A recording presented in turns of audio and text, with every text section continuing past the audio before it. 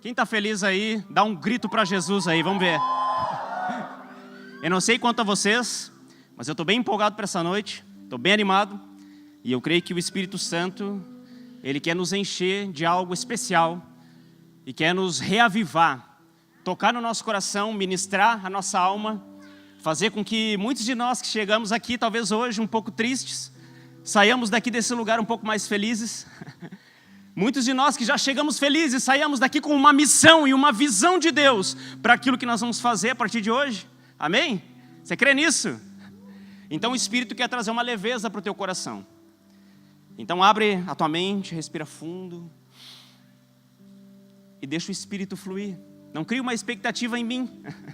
Eu não tenho nada para te dar, já te adianto. Não tenho absolutamente nada para te entregar nessa noite. Nada. Porque tudo que Deus me deu para falar para vocês, foi Ele que deu, eu não tenho nada para te dizer. É o Espírito que deve fluir em mim, por meio de mim, para que Ele possa fluir essa palavra na tua vida a partir de hoje. Amém? Então não crie expectativas em homens, nem em pessoas, nem em músicas, nem em estruturas, mas crie expectativas em Deus. Deus é que vai te suprir, Deus é que vai ministrar o teu coração, e Deus é que vai fluir na tua vida a partir de agora, desse momento, com uma palavra que vai, com certeza, falar de alguma forma com você. Amém? Eu fiquei muito feliz, hoje eu participei da oração com os voluntários, por um trecho, por um momento, e eu vi que o Lucas Santana estava ali dirigindo aquele momento, e ele falou que os pedidos de oração, que ele encaminhou para a galera, que aquilo que Deus está ministrando no nosso time de oração, era sobre igreja. Eu fiquei muito empolgado, porque eu tenho uma palavra hoje sobre igreja. E ali eu já comecei a sentir que o Espírito Santo tinha algo muito especial para falar sobre a igreja, para que nós possamos nos compreender como igreja e que nós fazemos parte de uma igreja mundial. Amém? Nós fazemos parte de algo gigantesco que vai muito além daquilo que nós estamos vivendo aqui. Algo que vai muito além do que nós estamos apenas construindo aqui, mas aquilo que nós estamos construindo aqui tem peso de glória também. E está construindo para o todo do que Deus está fazendo. E não existe poder, e não existe atividade, e nem existe uma entrega maior que a outra. Existem pessoas que têm uma visão em Deus e que estão caminhando numa mesma direção para aquilo que Deus está entregando para a sua igreja. E você está vivendo isso. Você está aqui hoje. Você está vivendo isso.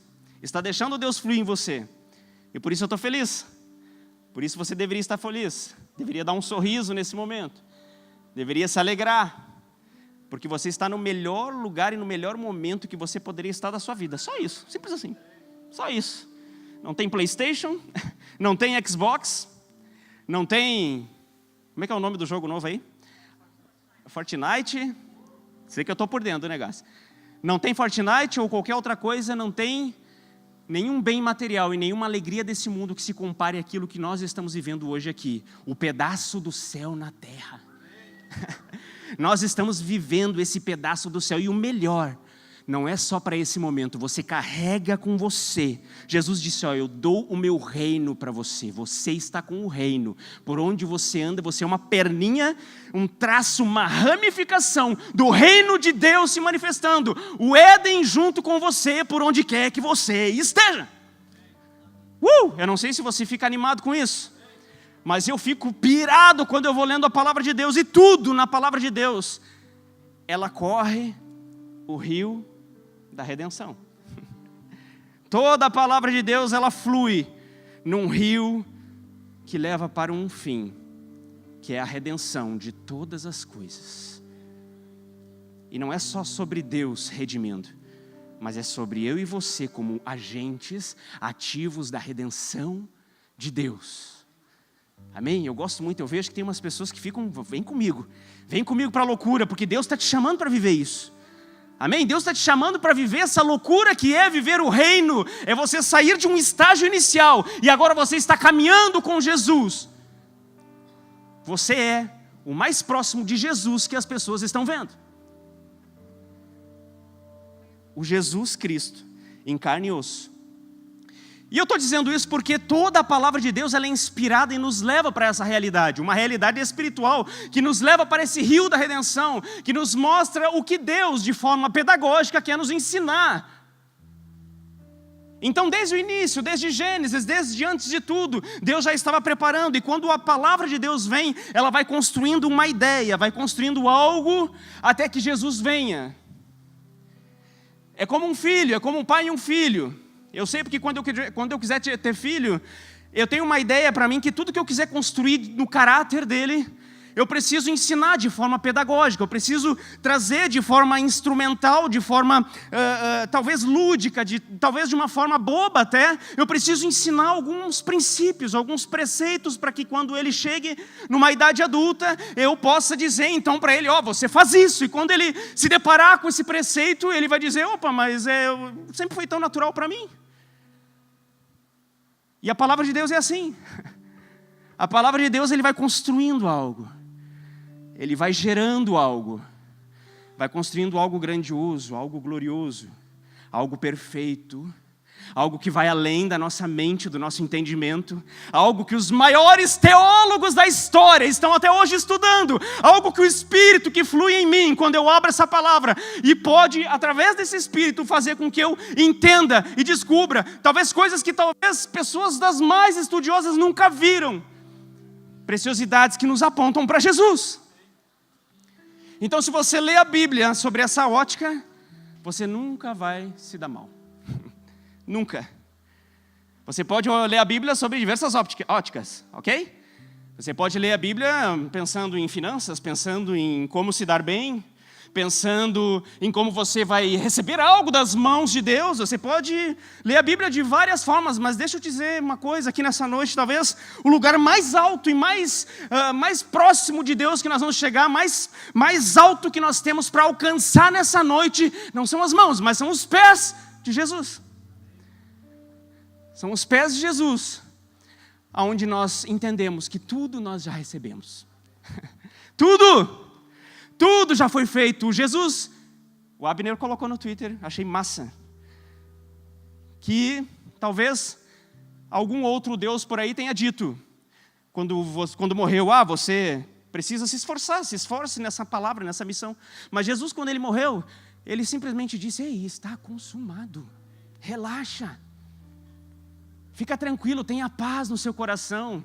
Está consumado, você não vai fazer nada. Jesus não disse, ei, agora eu fiz tudo isso aqui, agora te vira com essa mensagem, faz, agora é por tua força, pelo teu esforço. Não, Jesus disse, está consumado, só descansa.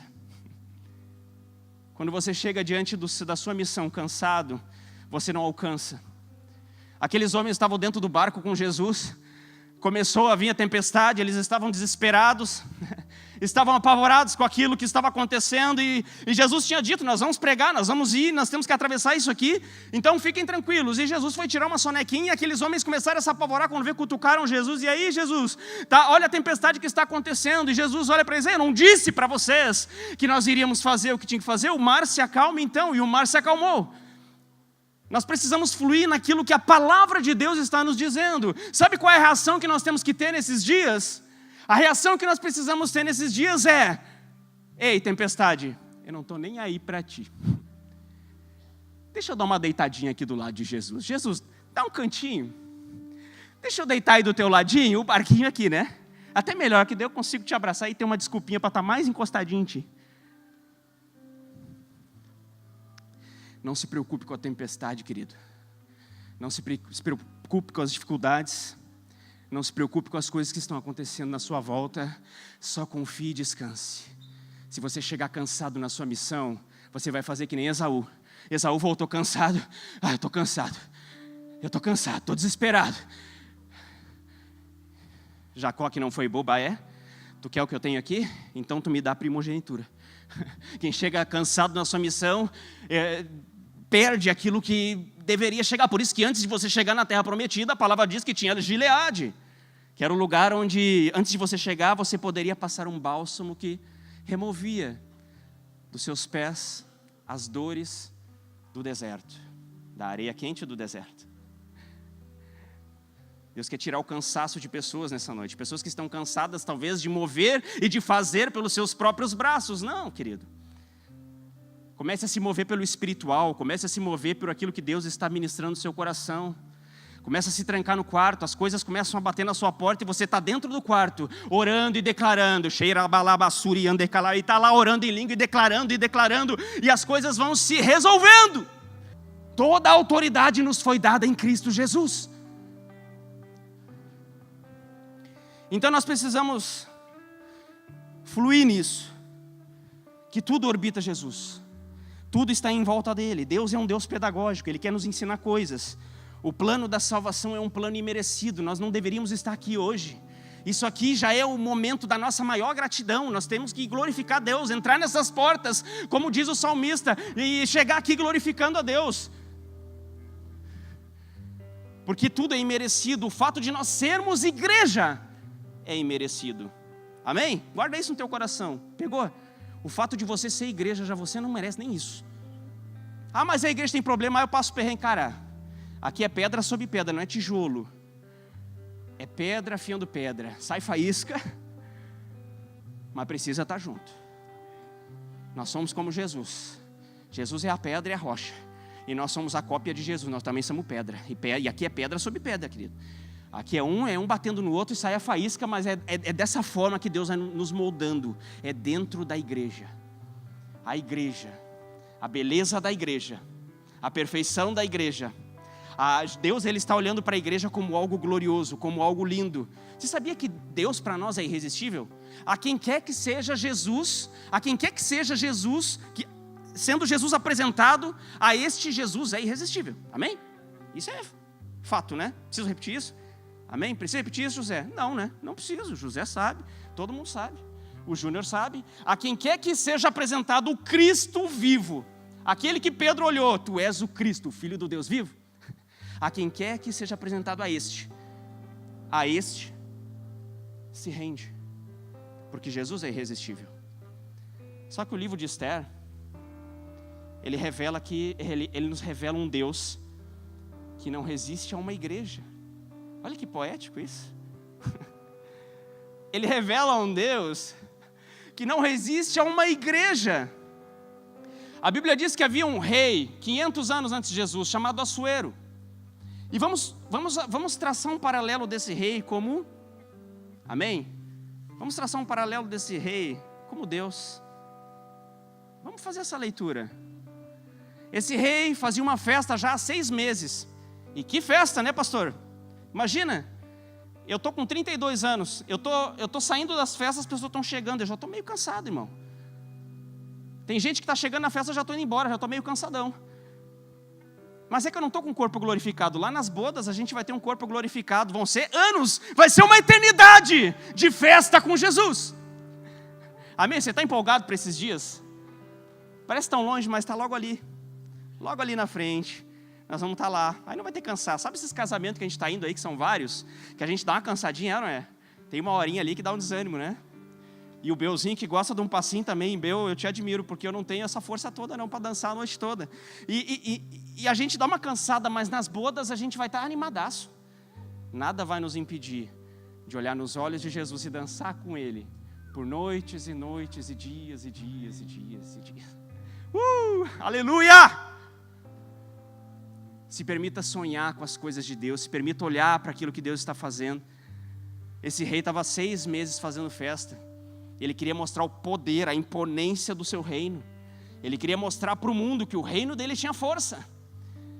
E começou a fazer aquela festa e aquela alegria toda, e eles bebiam, e eles comiam, e eles festejavam, Só que ele mandou chamar a rainha que estava fazendo uma festinha particular, uma festinha em um outro salão, separadinho, com aquele bolinho, aquele grupinho dela. E ele mandou chamar ela, e olha que interessante. Ele estava lá demonstrando o seu poder, Mário. Estava lá demonstrando a sua força. Quando ele descobriu, e os emissários vieram e disseram que a rainha Vasti não queria participar da festa, e negou. Está lá, Esther, depois você lê com calma. Ela negou participar dessa festa. Sabe o que isso me lembrou? Romanos 1, 2 e 3, que nós tivemos uma aula incrível, uma aula maravilhosa dada por uma pessoa aqui nas tribos, que fui eu mesmo.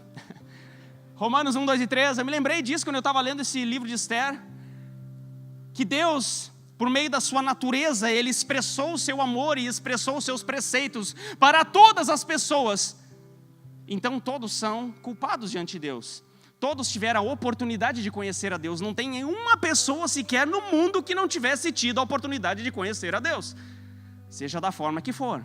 Porque a palavra de Deus diz, Romanos 1 e 2, que Deus se manifesta por meio da sua natureza. Ele se expressa. Você tem a oportunidade, Renatinha, de louvar a Deus. Mesmo que você nunca tenha ouvido falar de Jesus, você vai se voltar para Deus, porque Ele se manifesta.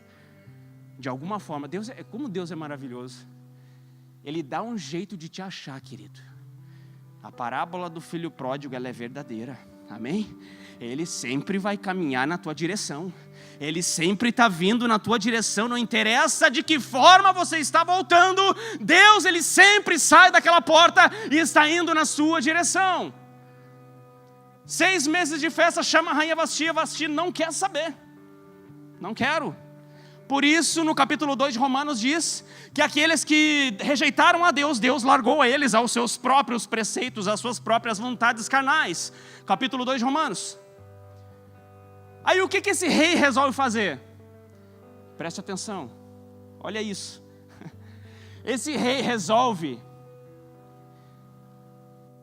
fazer um evento, um Miss Medo-Persa.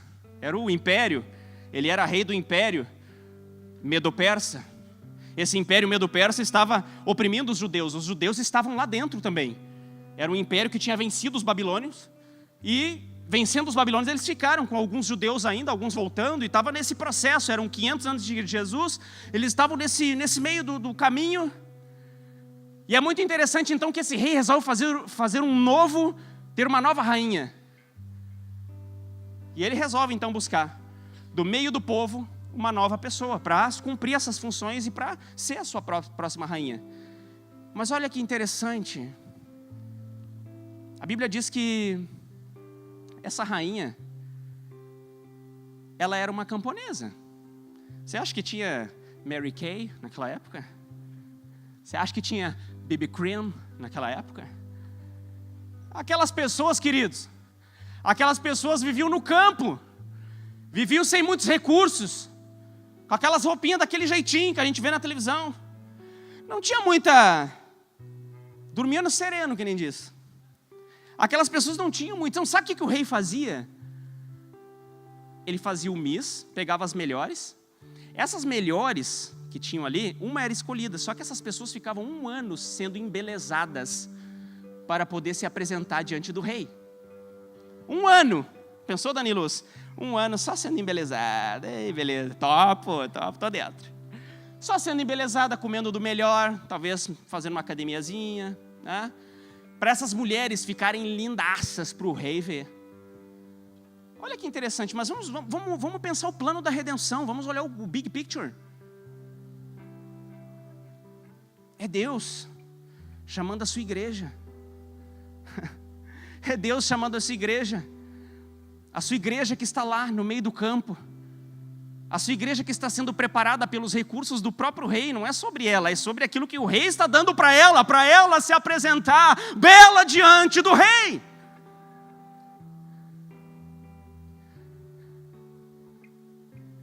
Esther entra na história, é a mais formosa de todas, a mais simpática, a mais querida, a mais...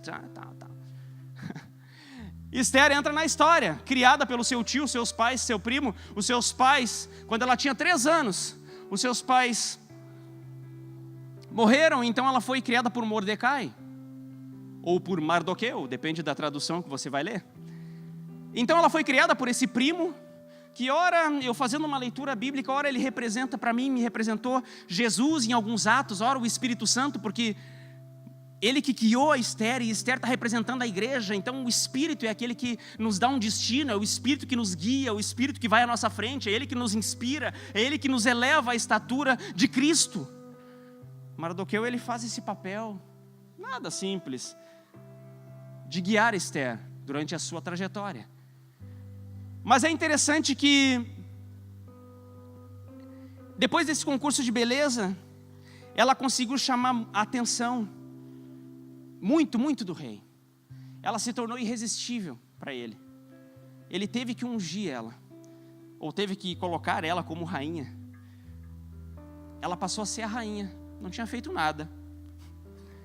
Você passou a ser escolhido de Deus. A Bíblia diz que você foi escolhido antes da fundação do mundo. Você já tinha sido plano de Deus.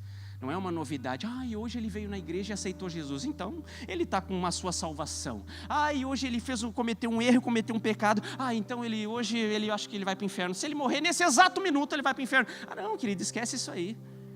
Você já foi embelezado, você já virou rainha, você está dentro da igreja, você faz parte de algo que já está empoderado, já tem uma autoridade sobre você. Essa era Esther, embelezada pelo rei, aperfeiçoada por ele. A beleza dela não era inata, era alguém do campo, mas foi uma beleza polida pelo próprio rei. A tua beleza é uma beleza polida pelo próprio rei. Quando o rei olha para ti, ele não enxerga uma pessoa como você se enxerga. O rei está enxergando em você Jesus. Só. Está enxergando Jesus em você. Moisés, quando o êxodo do Egito, quando eles estavam naquela situação, o que eles tinham que fazer para que o espírito de morte não viesse sobre as casas dos judeus? Colocar o sangue no marco da porta. Só isso. Aquele espírito de morte estava enxergando o sangue no marco da porta, não estava enxergando as pessoas. O que o sacerdote tinha que fazer quando ele ia sacrificar?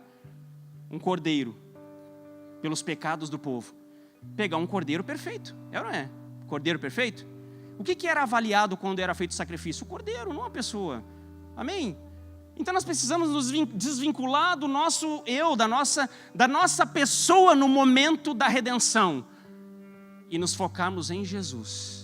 Ele é perfeito, Ele é que cumpriu todos os requisitos, Ele é que é aquele que se apresenta diante de Deus no momento, no momento em que a ira de Deus deveria vir sobre mim, pelos meus pecados, por tudo que eu sou. Amém? Filipenses 1,6 diz: eu tenho certeza de que aquele que começou a boa obra em vocês, Ele vai completar até o dia em que Cristo Jesus voltar. Você não tem nenhum motivo para estar aqui. Nós não temos nenhuma força. Lá em Mateus 22 tem uma parábola muito legal que Jesus conta. Se você lembra dessa parábola, ele fala sobre um homem que o que esse homem faz? Ele faz um grande banquete de casamento e ele manda convidar as pessoas ricas da cidade. Então vai lá convidar as pessoas mais ricas. Digamos que a Rívika seja uma pessoa muito rica, então Rívika, vem para o casamento, e vai chegando e convida mais outro, e chega no Dani, e assim vai convidando. Só que essas pessoas todas tinham os seus compromissos. E o que esse homem do banquete diz então? Vai pelos becos, convida outras pessoas. Era a Vasti e a Esther. Aqueles que mereciam estar no banquete estavam rejeitando. Aqueles que estavam nos becos é aquele que aceitou. Você vê como as coisas vão se conectando? Você vê como as coisas vão se interligando? Como Deus ele vai te massageando e vai te abraçando até o dia da redenção de Jesus. E as pessoas olham e não é novidade isso não. Eu acho que, sabe que eu já esperava? Eu tenho um sentimento que isso já devia estar acontecendo. Era isso que Deus estava fazendo com a humanidade. Ele estava construindo um entendimento espiritual para que nós pudéssemos, ao chegar do momento, ao abrir das cortinas, nós pudéssemos brilhar como a igreja escolhida do Senhor. Então Ele preparou tudo.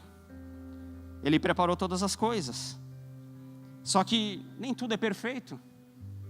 Nem tudo é maravilhoso. Nós já entramos no palácio e agora nós estamos na condição de rainha. Nós somos a igreja rainha. Nós estamos lá dentro, nós fazemos parte disso. Só que a Bíblia diz, tem que ter o algoz. É ou não é? Não tem graça uma história sem algoz. Eu vejo o filme, às vezes não tem inimigo, não tem graça. Né? Quem nunca viu isso? Esses dias a gente estava vendo uma série, não tem um inimigo assim, fica ai, coisa chata. Não tem graça, tem que ter um inimigo, né? Tem que ter aquela coisa assim para você vencer. Só que Deus também não ajuda muito, porque Ele te dá um inimigo e daí Ele te diz que aquele inimigo já foi vencido. Adeus. Mas amém. Amém, obrigado. Obrigado por isso. Eu não ia ter força, não. Um inimigo há 10... Ele nasceu, como é que é aquela música?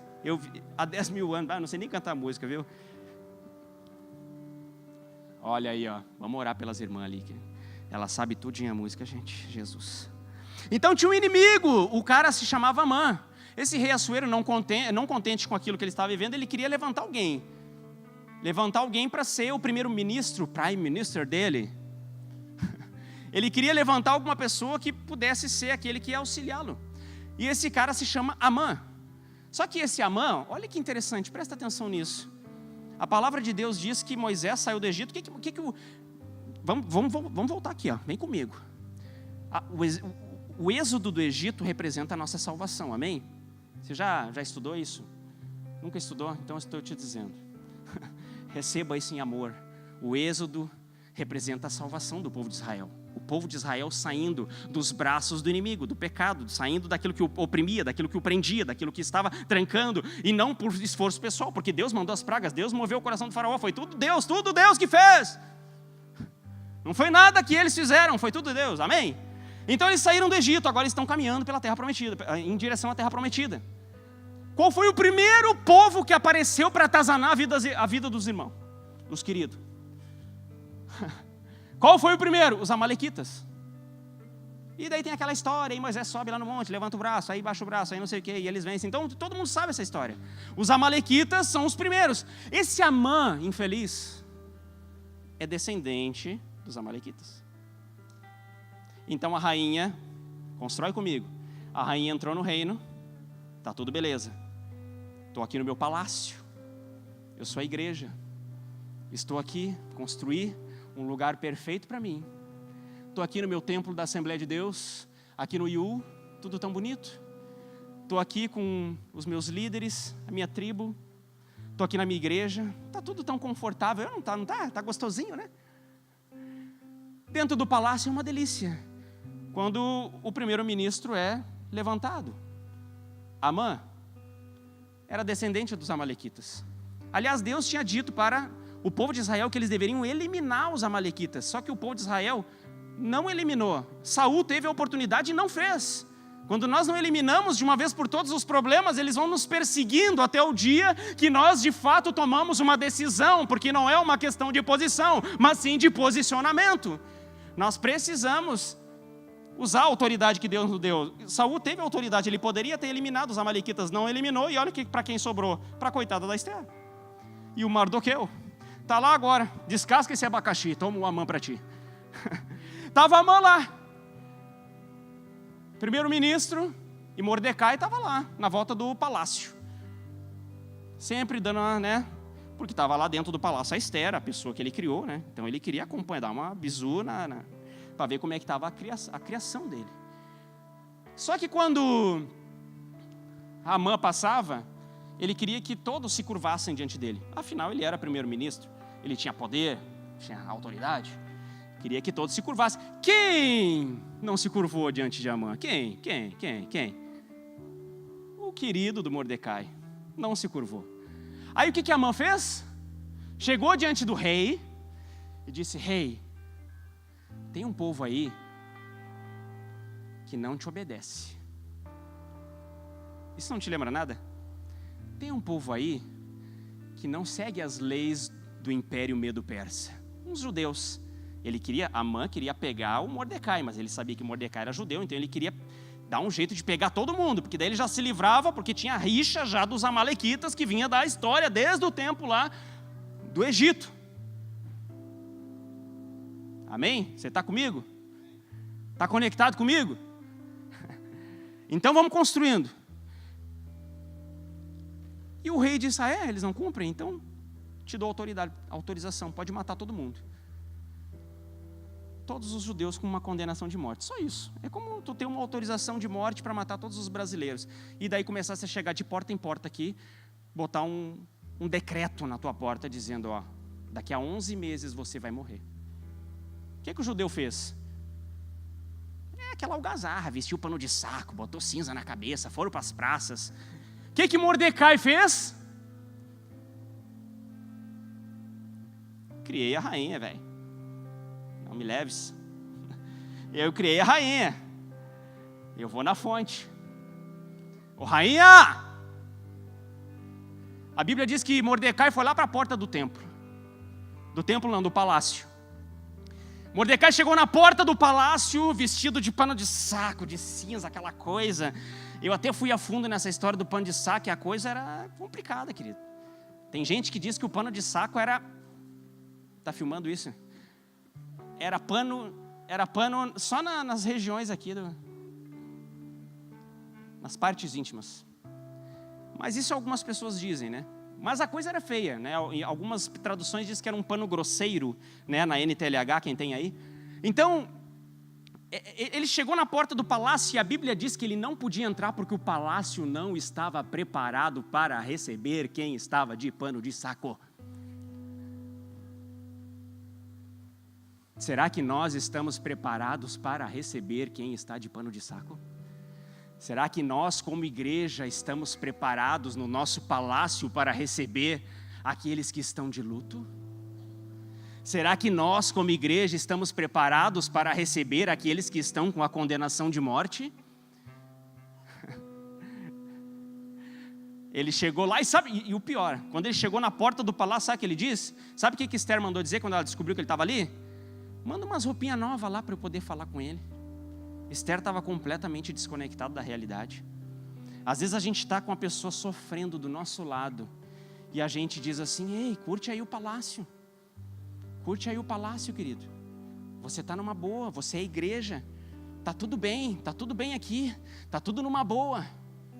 E às vezes a gente não está tendo um entendimento de que aquele que está do nosso lado está vestido de pano de saco, está com a sentença de morte. Deus talvez esteja ministrando teu coração. Igreja não é só festejar, igreja também tem dias de luto. Igreja também tem dias de dificuldade, também tem dias que nós precisamos guerrear, também tem dias que nós precisamos nos posicionar como igreja. Como disse a Carlinha, nós precisamos avançar em direção às portas do inferno. Deus está chamando você para isso. Para que nós saiamos dessa posição de palácio, que representa a salvação, representa o êxodo do Egito. Agora nós estamos em direção à terra prometida, nós estamos em direção a um reino, nós estamos em direção a uma autoridade, e isso exige de nós que nós tomemos posições que vão muitas vezes de encontro até mesmo ao nosso conforto. Amém? Nós precisamos olhar para aqueles que estão nas portas do palácio e precisamos abraçá-los. Quando Esther caiu em si e quando ela entendeu, aí ela pediu, disse: olha, Mordecai, volta então, vai em direção aos outros, pede para que eles façam um jejum, uma oração, faz isso, eu também vou fazer, eu estou apavorada, agora que me caiu a ficha, o que está acontecendo? Eu também quero resolver isso. Esse dia vem, e talvez esse dia seja hoje para você.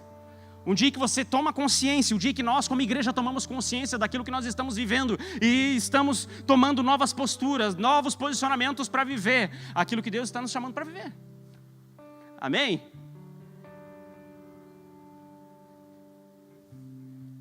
Esther foi orar, foi declarar, foi jejuar, ela foi. É o que nós temos que fazer, jejum de 21 dias. Porque nós estamos entrando em batalhas que são muito maiores do que nós. E sabe por que a gente está entrando em jejum, querido? Porque em algum momento a gente está começando, em algum momento alguns de nós, ou nós podemos achar que é por algum esforço pessoal, e por isso nós enfraquecemos, e dizemos: Deus, é por Ti, só vai na minha frente, eu não posso, não tenho força, eu só quero Te entregar tudo nas Tuas mãos. Eu não tenho a menor capacidade de fazer absolutamente nada. Eu não tenho a menor força, não tenho nenhuma condição humana e nem espiritual de prover aquilo que o mundo exige de mim. Somente Jesus. Então vai na minha frente. Vai na minha frente e faz todas as coisas. Então a igreja também é um lugar de luto. Amém?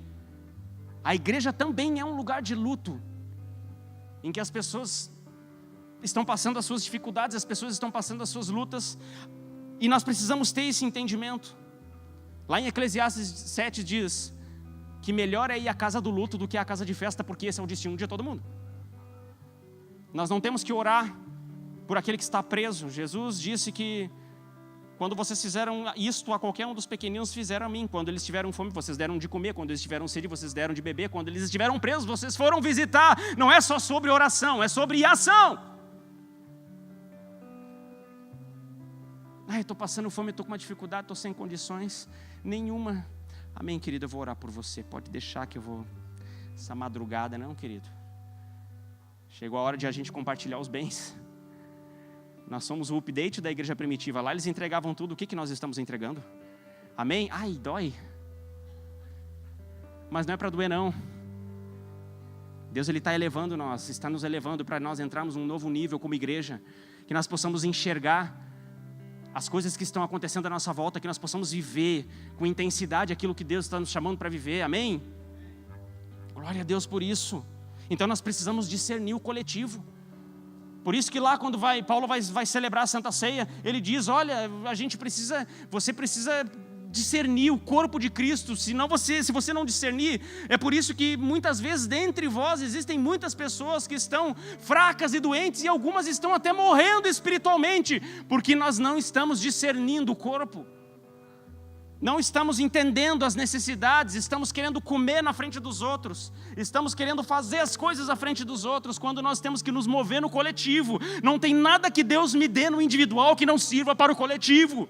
Se você está vivendo e fazendo uma faculdade de psicologia, de engenharia, se você trabalha limpando vaso de banheiro, se você é sapateiro, se você não interessa, se você é padeiro, se você é bancário, tudo que Deus te deu, isso precisa servir para um propósito celestial. Senão a gente está dentro do palácio e as pessoas estão lá com as suas condenações de morte. As pessoas estão lá com as suas condenações de morte e nós estamos aqui. Não, parei que eu te mando uma roupinha para você entrar no paláciozinho. Não! Sai para fora, nós temos que sair para fora do palácio para ver aquilo que está acontecendo. Nós temos que sair para fora dos palácios para ver o que está acontecendo lá fora. E o que está acontecendo lá fora é o que acontece quando você está na sua segunda-feira, na sua terça-feira. Quando você está vivendo a sua vida fora desse ambiente. É lá que Jesus se manifesta, é lá que você mata o seu eu e deixa o leão trabalhar por você. Amém? Há um espírito em você, querido. Só morra. Hoje nós vamos fazer funeral aqui. É uma noite de funeral, vai todo mundo morrer para que Cristo possa viver em você. Aleluia. Então nós precisamos discernir o coletivo, nós precisamos ser cheios do Espírito Santo, estamos conectados com o mundo espiritual. Colossenses 3:1 diz, portanto, se nós já ressuscitamos com Cristo, buscamos as coisas que são do alto, onde Cristo está sentado e à destra de Deus. Quando Esther mandou aquelas roupinhas, Mordecai ficou irado, e daí ele disse, capítulo 4, versículo 14, se ficar calado num momento como este, alívio e livramento virão de outra parte para os judeus, mas você e seus parentes morrerão. Quem sabe não foi justamente para uma ocasião como esta que você chegou à posição de rainha. Quem sabe não foi para justamente este momento que a sociedade está vivendo, que nós estamos vivendo o que estamos vivendo. Quem sabe não foi exatamente para este momento na sua família, na sua faculdade, nas suas amizades. Quem sabe não foi para isso, exatamente para isso que Deus te chamou, para esse momento, para que você use aquilo que Deus já te deu. Nós estamos nos movendo em direção a Canaã. Nós não podemos ficar antes do Jordão. Lá em Josué 22... tinha 2,5 tribos que queriam ficar antes do Jordão, porque ali tinha um terreno que era mais favorável, eles tinham os gadinhos deles, nós vamos ficar aqui. Moisés disse para eles, lá no início, Moisés tinha dito, vocês precisam atravessar o Jordão, guerrear junto com todo mundo, vencer as batalhas, aí depois vocês vão fazer o que vocês precisam fazer. Aí vocês voltam para a terra de vocês. Aí Moisés já tinha até morrido, aí Josué liberou eles para voltar, depois que tudo já estava vencido. Nenhum propósito individual está sobrepondo e não deve sobrepor a um propósito coletivo da igreja. Os nossos propósitos sempre partem do coletivo. Eles são para o coletivo, nascem para o coletivo. Nós como igreja avançamos. Jesus morreu por uma igreja. Nós como igreja somos uma noiva. Nós somos a rainha Esther, que estamos no palácio e agora caímos em si. Que a gente já recebeu tudo, agora é a hora de fazer alguma coisa. E repito, não é sobre força pessoal. O fato de estar no palácio é graça. O fato de se mover lá dentro também é graça. A Bíblia diz que Mordecai, então, porque ela tinha medo de chegar diante do rei. Porque tinha uma lei, presta atenção nisso. Tinha uma lei que impedia qualquer pessoa de chegar diante do rei. Ninguém podia chegar. Esther fazia mais de mês que não chegava porque o rei não chamava. Ela tinha medo de chegar diante do rei. Porque se ela chegasse diante do rei, o cetro do rei tinha que se levantar. Se o rei não levantasse o cetro, todo mundo no default já morria. Chegou diante do rei, se o cetro não se levantou, já eras. Sabe por que isso? Isso não te lembra nada? Se a gente chegar diante do rei, só pela nossa força, se ele não nos autoriza, nós morremos. Por meio de Jesus nós podemos chegar diante do rei. Quando Jesus morreu na cruz, o véu se rasgou. Nós podemos chegar diante do rei. A Esther não tinha esse entendimento. Ela não estava ligada nisso. Ela achava que por ser rainha ela cumpria exatamente todas as premissas de todo mundo. Então ela disse, olha, o Mardoqueu, faz o seguinte. Ai meu Deus, eu acho que eu vou morrer nessa. Mas vamos fazer o seguinte, eu vou orar aqui, tu ora lá. Respira fundo e eu vou. Beleza. Aí ela fez, orou 3 dias e foi em direção ao rei. Presta atenção nisso, que essa é a chave que vai destravar a tua mente nessa noite. Quando ela chegou diante do rei, a Bíblia diz que ele estendeu o cetro para ela. Ela tinha medo de morrer, fazia 1 mês que ele não chamava. Mas a Bíblia também diz que depois de estender o cetro, o rei olhou para ela e disse o seguinte: pede-me tudo o que você quiser. Se você quiser a metade do meu reino, eu vou te dar. Você acha que um rei desse, querido, mataria a sua rainha, aquela que deixou ele boquiaberto, aquela que chocou ele, aquela rainha que é irresistível para o rei? Amém? A igreja que é irresistível para o rei, a igreja que está sendo ataviada, que está sendo preparada. Você acha que essa igreja é irrelevante se Jesus Cristo, se não fosse por ela, Deus não teria enviado o seu Filho, Cristo Jesus, foi pela igreja. Amém? Você acha que isso é irrelevante? Você acha que para Deus isso é pouco? Entregar o seu Filho pela sua igreja para que todos aqueles que nele creem. Você acha que em algum momento havia possibilidade de o cetro não se estender? Claro que não. Não existe possibilidade, querido, de o cetro não se estender para a tua vida. Amém? Não existe a menor chance. Não interessa. Olha, repita, eu vou gritar isso aqui para entrar no teu ouvido de uma vez por todas. Não interessa o que o diabo e o que quem quer que seja te diga. Sempre haverá um cetro estendido na tua direção.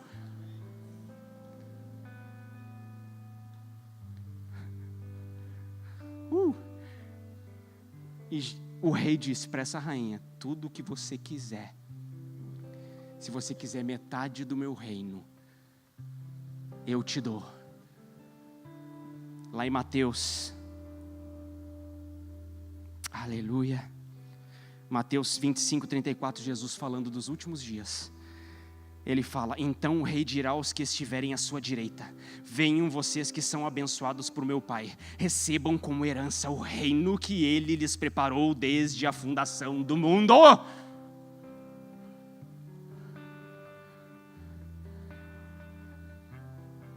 Você está entendendo isso, querido? Existe um cetro na tua direção dizendo que tudo que há no reino é teu. Lá em Salmos 8 a Bíblia diz que um pouco menos só do que Deus Ele nos criou, nos colocou como autoridade sobre todas as coisas, sobre os seres da terra e sobre os seres do céu, sobre tudo que há nos oceanos, sobre tudo isso Ele nos coroou de glória e honra para preencher em toda a terra com o seu nome. Nós somos a expressão do Deus vivo nessa terra. Nós somos aquele que tem o cetro em sua direção. Nós somos aquele que governa. Nós somos aqueles que têm autoridade. Nós somos aqueles que se achegam diante do rei com liberdade.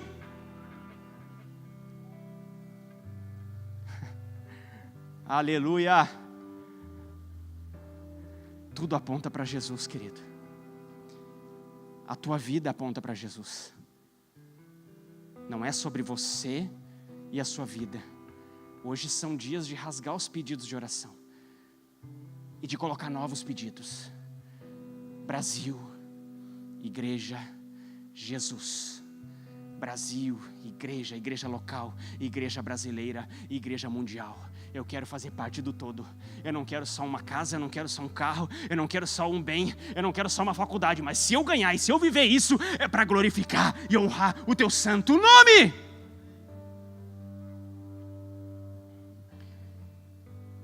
Amém.